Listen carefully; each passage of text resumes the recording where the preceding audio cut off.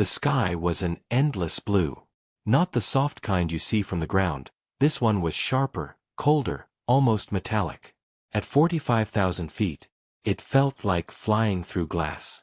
Captain Robert Hayes had done this 1,000 times. Smooth hands, calm voice, steady heart. His co-pilot, Sophia Grant, glanced over with a smile. "Smooth ride today, huh?" Robert chuckled. "Best part of flying, when you forget you're even moving." The hum of the engines filled the cockpit like a lullaby. Outside, the sunlight shimmered on the wings. The passengers below were sipping coffee, flipping through magazines, completely unaware that peace can shatter in seconds. Then it happened. Sophia noticed it first. "Robert, you okay?" No answer.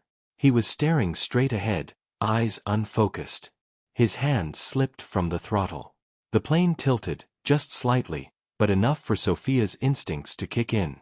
"Captain Hayes." She grabbed the controls, heart hammering. "Flight 209 to ATC, we have a medical emergency.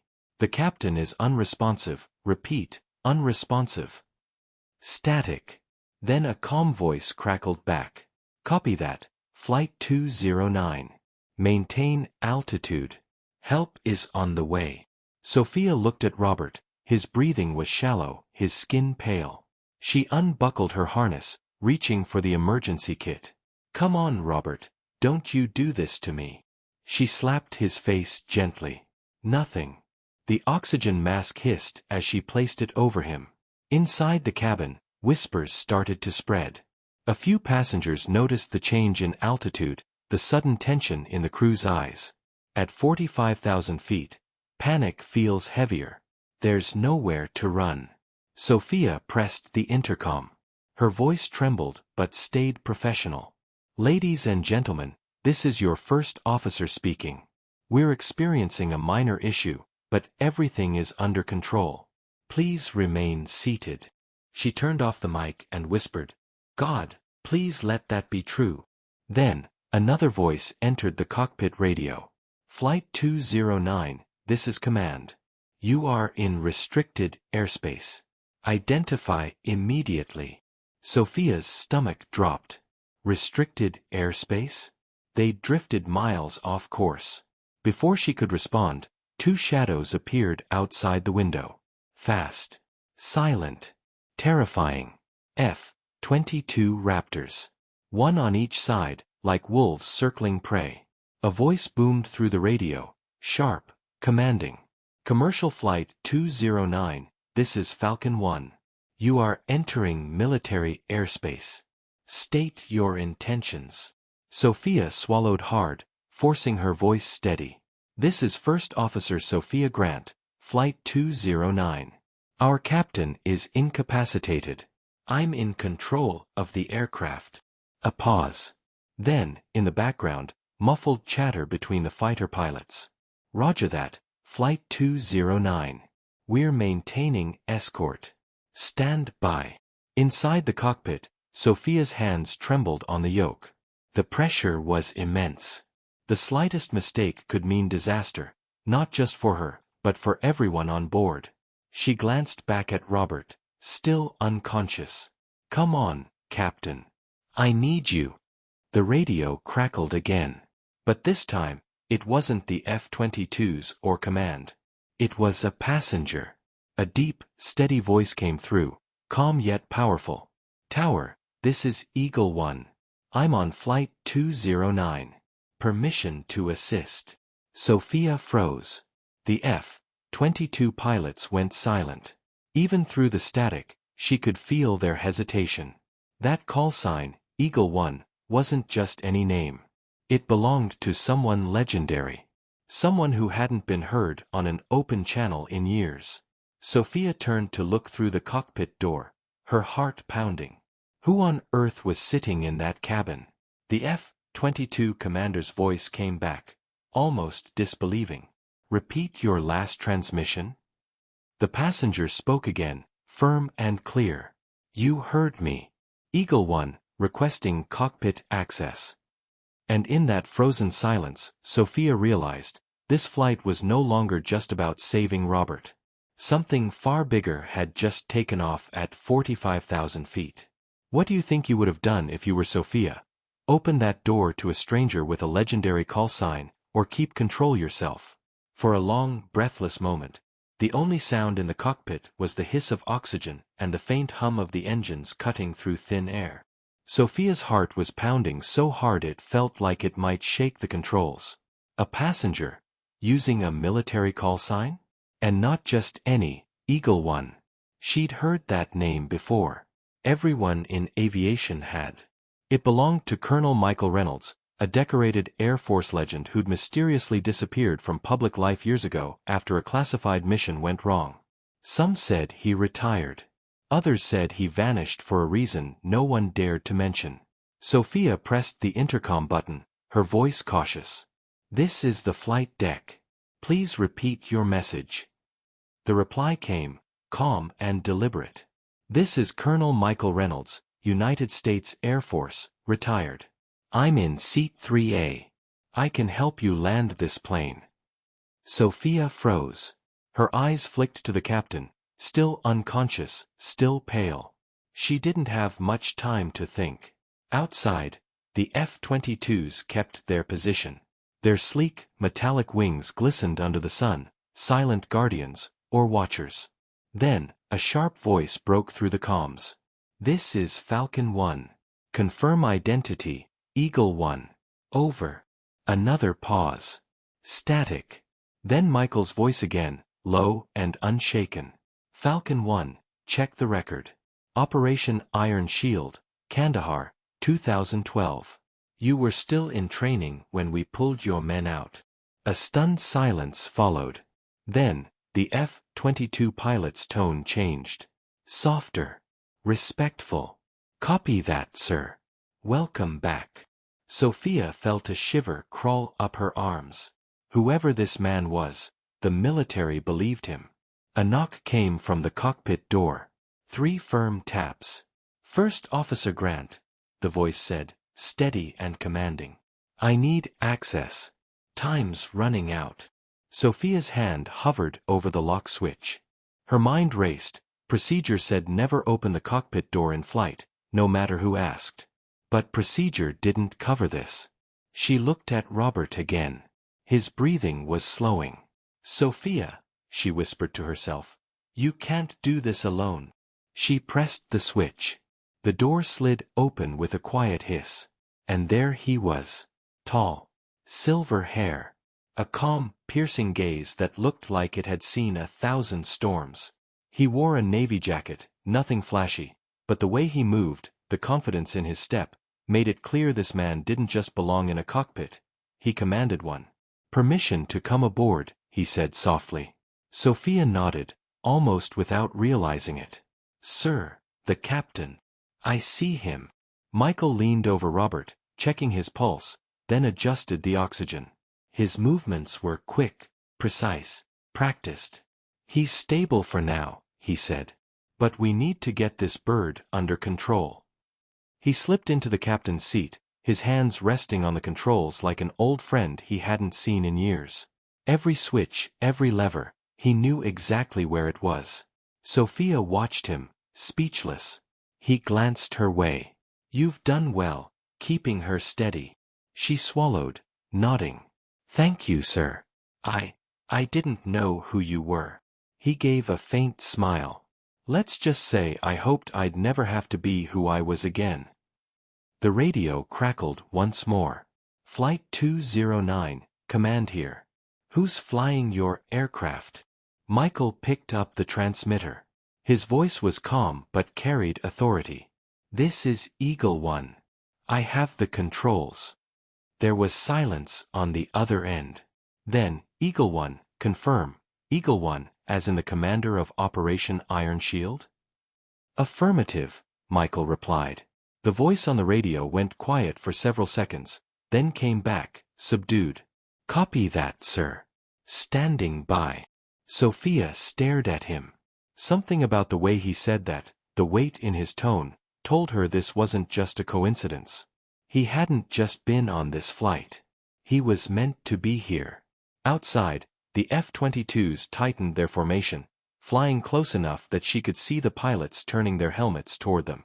Something was happening, something far beyond a medical emergency. Sophia finally whispered, "Sir, who are you really?" Michael didn't answer.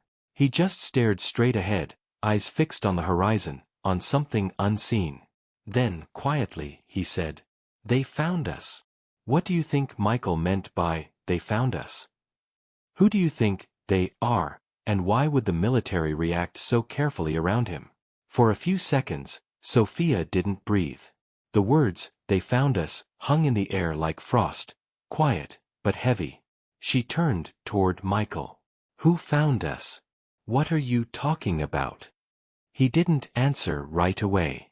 His eyes scanned the horizon, beyond the glass, beyond the F-22s that glided silently beside them. Then, with a tone that chilled her, he said, "Those Raptors aren't the only ones out here." Sophia blinked, glancing at the radar. A faint blip appeared. Then, another. And another. Unidentified. Fast-moving. No transponder codes. Her throat tightened. That can't be right. The system's glitching. Michael shook his head slowly. "No. That's real. I've seen those patterns before." The cabin lights flickered for a moment. Just a heartbeat of darkness, then light again. Sophia's pulse quickened. Outside, the air shimmered, like heat waves, but colder. And then, faintly, a flash of something metallic streaked past the clouds. Too fast for her eyes to track. "Jesus!" she whispered. "What is that?" Michael's jaw tightened. Stealth drones. Prototypes that were supposed to be destroyed. Only a few people knew they existed. He leaned closer to the controls, his voice lower now. "I was one of them." Sophia's head spun. "You're saying those things are military? But why?" He cut her off gently. "Because someone doesn't want me alive." Her mind froze. All the chaos, the altitude, the F-22s, it suddenly made sense. This wasn't just a random medical emergency. It was a trap. The radio crackled again. "Flight 209, this is Falcon 1. We've got multiple bogies on approach. Advise evasive action." Sophia's heart jumped. "Evasive? We're a passenger jet, we can't." Michael's voice came firm, sharp. "Hold on." He gripped the yoke and tilted it slightly, just enough to change course without alarming the passengers. The motion was smooth, controlled, almost graceful. Sophia's hands trembled on the throttle. "Are you saying they're going to fire on us?" Michael didn't respond immediately. His eyes stayed on the radar, watching the glowing dots swarm closer. Then finally he said, "They won't need to fire if they can make us disappear quietly." That silence again. The kind that fills your ears, heavier than any sound. Sophia swallowed hard. "You mean, bring the plane down?" Michael nodded once.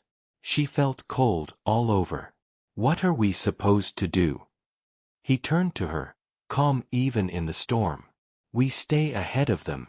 We think smarter, not faster." Outside, one of the F-22s banked hard left, breaking formation. Its afterburner flared, a streak of light across the endless blue. The radio erupted in bursts of static and overlapping voices, military chatter, coded commands. Michael listened for a beat, then muttered, "They're trying to block communication." He reached for the emergency frequency, typing in a code so fast Sophia barely saw his fingers move. "How do you know that code?" she asked, stunned. He looked at her, eyes filled with something between guilt and resolve. "Because I built it." Sophia stared at him, realization dawning. "You built the communication system for the stealth division. Black Sky Project," he finished for her. "And now someone's using it against us." The sound of the engines deepened as the plane descended slightly, turbulence rocking the cabin. Gasps came from behind the cockpit door. Sophia pressed the intercom, forcing a calm tone. "Ladies and gentlemen, Please remain seated and fasten your seatbelts. We're experiencing some turbulence. She released the button and exhaled shakily. Michael, if those drones get closer. He interrupted. They won't. Not if we use their blind spot. Blind spot. He gave a faint smile. Every predator has one. He began adjusting settings on the radar and rerouting navigation systems manually, overriding protocols that no civilian pilot should even have access to. Michael. Sophia's voice cracked. Who are you really? He didn't look at her. His eyes were fixed on the radar, the storm building in front of them. When the world thinks you're dead, he said quietly, you learn to become invisible. The radar beeped again, sharp, insistent. The unidentified blips were closing in. Sophia's hands clenched the seat. They're almost on top of us. Michael's fingers hovered over a single switch, something she didn't recognize. He took a breath. Then it's time to make this plane disappear. If you were in that cockpit, would you trust Michael and let him make the plane disappear? Or would you take back control yourself? The cockpit lights dimmed, painting everything in a cold blue glow. Sophia's fingers dug into the armrest. Disappear, she whispered. What does that even mean? Michael didn't answer immediately. His focus was razor-sharp, his hands dancing across switches like a pianist hitting keys from memory. On the screen, lines of green code began flickering. Systems she didn't even know existed came online. Then he spoke, calm and deliberate. When Black Sky was active, we built a defense system for high-value flights, something that could cloak a plane from radar for a limited time. Sophia's eyes widened. That's impossible. He gave a faint smile. So was flying once. The cabin lights flickered again, and a low hum filled the air, deeper than the engines, like a vibration beneath her skin. Sophia felt the hairs on her arms stand. The radio hissed, then went dead. Outside the window, the horizon seemed to ripple. And then, silence. No radar beeps. No chatter from the F-22s. Just the sound of air sliding past the fuselage like a whisper. Sophia swallowed hard. We're off the grid. Michael nodded. For now. They can't see us, but they'll start searching blind. We have maybe 10 minutes before they reacquire. Sophia looked out again. The sky looked the same, but different. Like the world had forgotten them. Where are we heading? She asked. East, he said quietly. To the line. The line. Michael didn't explain. He was too focused on flying, scanning instruments, recalculating every second. The F-22s, unaware the commercial jet had vanished from radar, began circling the area, their contrails cutting wide arcs through the thin air. Inside, passengers stirred. A baby cried somewhere near the back. The faint rustle of fear spread like static. Sophia took a breath, forcing herself to stay composed. I need to tell the passengers something. Michael shook his head. Not yet. The less they know, the safer they are. She hesitated. You keep saying they. Who are they, Michael? He looked at her then, really looked, his eyes tired, haunted. The people who built me. The ones I betrayed. Sophia felt her stomach tighten. You're saying the Air Force? No. Not the Air Force. The division above them. The ones who write orders no one signs. The ones who erase men like me. The weight of his words filled the cockpit like smoke. A faint warning light blinked, low pressure in auxiliary systems. The cloak was draining power fast. Sophia glanced at the display. Michael, if we lose too much power. I know. He flipped another switch. We'll drop altitude to 35,000, divert energy from non-essential systems. The plane shuddered as it descended. Clouds swallowed them whole, thick, gray, and silent. It felt like sinking into a dream. Sophia looked down at Robert, still unconscious, his chest rising and falling faintly. She reached out and adjusted his mask. He's stable, she whispered. But for how long? Michael didn't answer. His jaw was set, his knuckles white on the yoke. Suddenly, a sharp tone cut through the silence. Beep, beep, beep. Sophia's eyes darted to the radar. A single red blip had reappeared. Michael, she said quietly. We're not invisible anymore. He exhaled. Then they found our frequency. Before she could react, the comms crackled to life. A voice, cold, mechanical, distorted, filled the cockpit. Eagle One, you should have stayed buried. Sophia froze. It wasn't military protocol. It wasn't any standard transmission. This was personal. Michael's face went pale, the years of calm command suddenly cracking. He knew that voice. Who is that? Sophia whispered. He stared straight ahead. A ghost. The voice returned, lower now, almost mocking. You have something that belongs to us. Hand it over, or everyone on that plane disappears, for real this time. Sophia's blood ran cold. Hand what over? Michael didn't answer. He just reached into his jacket pocket and pulled out a small, black drive, no bigger than a finger. This, he said softly. Sophia stared at it. You brought classified tech onto a civilian flight? I didn't bring it, he said. I was running with it. Another pause. The voice hissed through the speakers one last time. 10 minutes, Eagle One. After that, no one finds you again. Static. Silence. Sophia looked at him, trembling. Michael, what's on that drive? He looked back at her, eyes filled with regret. The truth, he said quietly. And the people who'll kill to keep it buried. If you were Sophia, would you help Michael protect that drive, or turn it over to save everyone on the plane? The cockpit felt smaller now. Every breath, every sound, amplified by the tension pressing down on them. Sophia could hear the faint hum of the engines fighting against the thinning air, the rhythmic beep of the altitude monitor, the shallow rasp of Captain Roberts' breathing. And beside her, Michael sat perfectly still. His hands were steady, but his eyes were somewhere far away. 10 minutes, Sophia whispered. They said 10 minutes. Michael nodded. That's all the time we need. He slid the small black drive into the communications console. The screen blinked to life, encrypted files, unknown symbols, a cascade of numbers running faster than Sophia could read. What are you doing? She asked.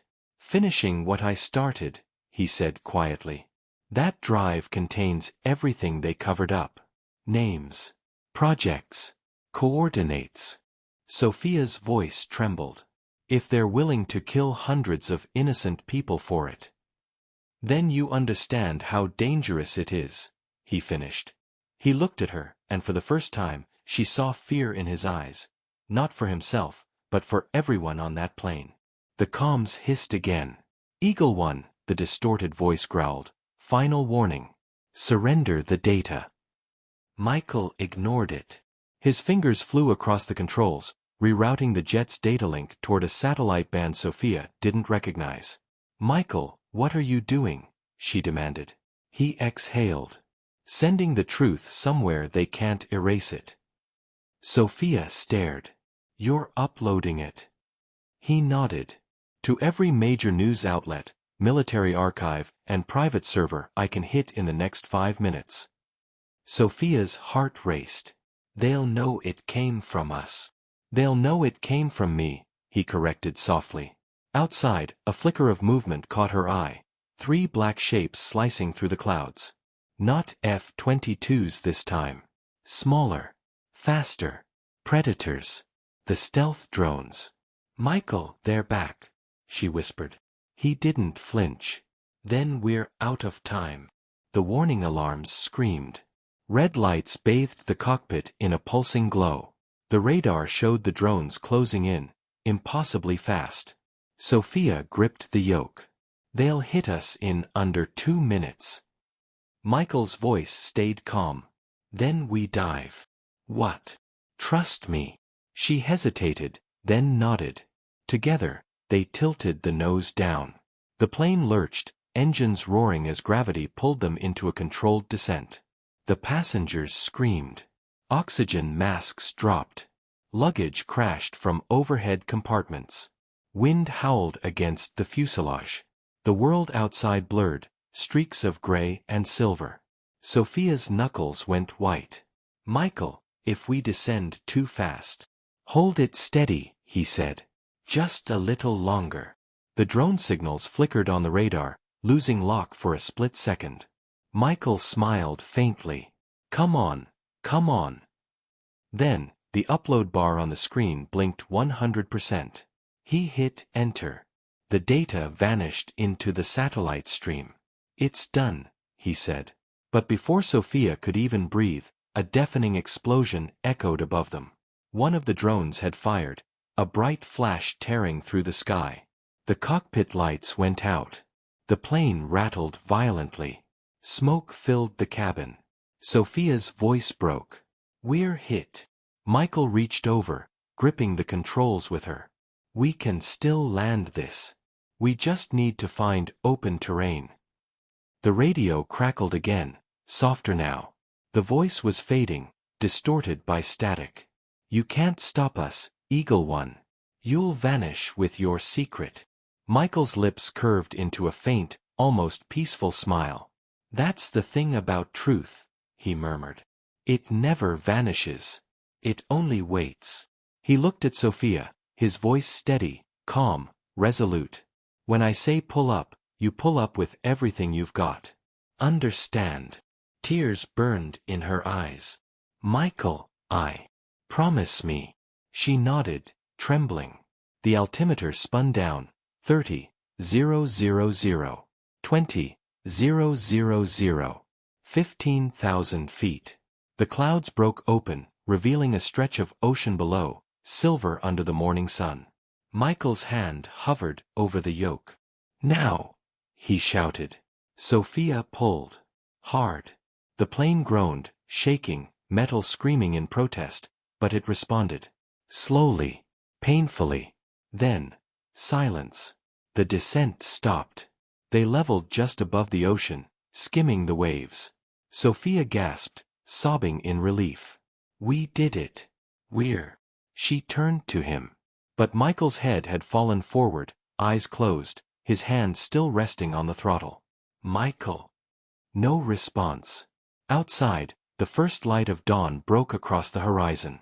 Somewhere in the distance, military aircraft were racing toward them, rescue or pursuit, she couldn't tell. But in her heart, she knew one thing for sure: the world would soon learn the truth. She reached for the comms, whispering through trembling lips. "This is Flight 209, requesting immediate assistance. We're alive." The radio crackled back, faint but clear. "Copy that, Flight 209. We see you." Sophia exhaled, tears falling freely. And as the plane steadied under her control, she looked out over the ocean, feeling the weight of a secret too heavy for one sky to hold. If truth demands a price that high, would you pay it? Or would you bury it to keep your peace?